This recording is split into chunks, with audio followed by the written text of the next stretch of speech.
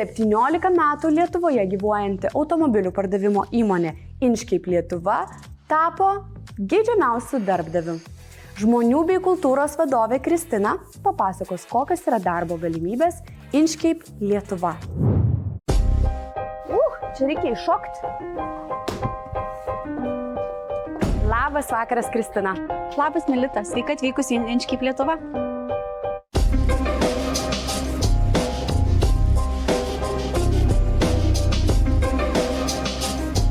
Papasakokite daugiau apie Inchcape Lietuva kompaniją.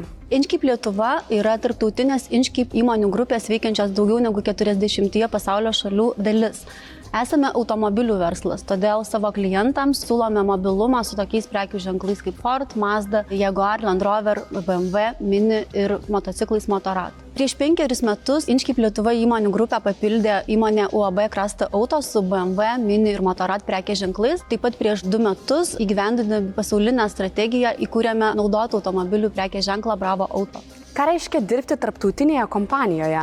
Dirbti tarptautinėje kompanijoje reiškia visada būti apsuptu įvairialypės kultūros, skirtingų bendruomenių. Taip pat tai plačios galimybės mūsų darbuotojams siekti tarptautinės karjeros, mokytis iš kolegų, keliauti, išmokti naujų dalykų ir pasisemti geriausių praktikų iš viso pasaulio. Taip pat, būdami tarptautinės organizacijos dalimi, galime naudotis moderniais, pirmaujančiais sprendimais IT srityje, ko galbūt negalėtumėme pasiekti veikdami tik tai vietinėje rinkoje.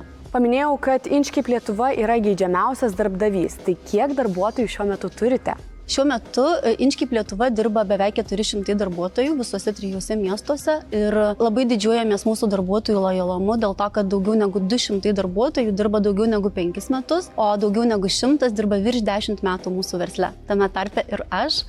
Taip pat džiaugiuosi, nes dalis darbuotojų pradėjo kartu su verslo pradžia, kas buvo daugiau nei prieš 30 metų. Tai kas yra ta sėkmės formulė išlaikyti esamus ir pritraukti naujus darbuotojus? Vienas iš veiksnių, dėl kurių jie yra čia, aišku, yra mūsų prekės ženklai. Mūsų darbuotojai myli, didžiuojasi atstovaujamais prekių ženklais ir yra labai aktyvūs jų ambasadoriai ir už darbo ribų. Taip pat mes turime sėkmingai veikiančią vidinę rekomendavimo programą, kurios dėka kiekvienais metais pritraukiame nemažą būrį naujų darbuotojų mūsų esamų darbuotojų rekomendacijų dėka. Žinoma, stebime rinką ir esame konkurencinga įmonė. Tai reiškia, kad kiekvienais metais peržiūrime savo papildomų naudų paketą, pridedame naujų paslaugų ir produktų. Taip pat kiekvienais metais yra peržiūrimi darbuotojų atlygiai. Ir svarbiausia turbūt, kas nematuojama finansinėmis priemonėmis, yra darbuotojų komandinė dvasia, įmonės kultūra, kurioje yra gera dirbti kartu ir siekti bendrą rezultatą. Ir tas tikrai labai jaučiasi užėjus į Inchcape. Ačiū.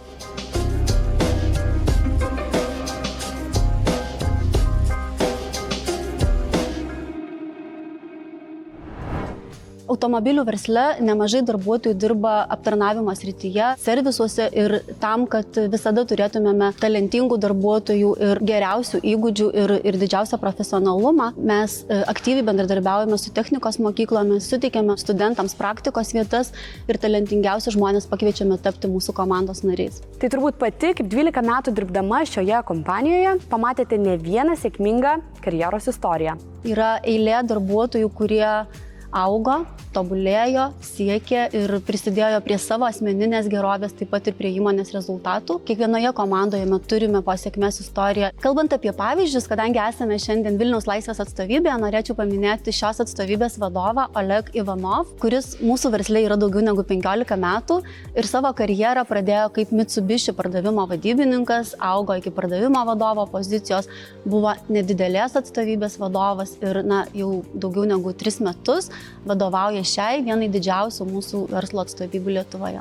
Tai kadangi jūs kaip darbdavys turite plačias galimybės ir daug pozicijų, gal galite papasakoti, kokia dabar yra situacija darbo rinkoje? Paskutiniu metu darbo rinka yra pakankamai dinamiška. Keletą metų jinai buvo pakankamai stabili ir kažkokių tai naujų vėjų nelabai matėme, tačiau paskutiniu metu mes, ieškodami naujų darbuotojų, jaučiame, kad kai kurie verslo sektoriai, kai kurios įmonės galbūt patiria nestabilius laikus, dėl to rinkoje matome daugiau talentų, kuriuos galime prisitraukti mes, siūlydami į mūsų laisvas pozicijas.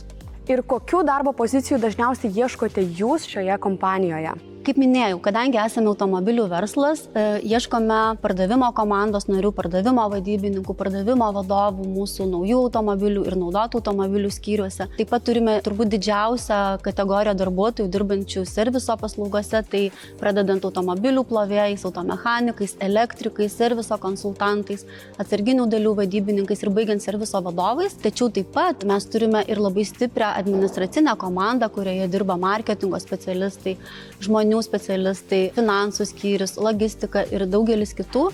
Ir galbūt norėčiau paminėti vieną dalyką. Atrodo, kad mūsų verslas labai vyriškas, nes tai yra automobiliai, vyriškos pozicijos. Tai turėčiau turbūt nustebinti dėl to, kad kiekvienoje pozicijoje mes taip pat turime ir merginų, moterų ir labai skatiname lyčių įvairovę mūsų versle. Ačiū labai Jums, Kristina. Buvo be galo malonu ir linkim didelės sėkmės. Ačiū.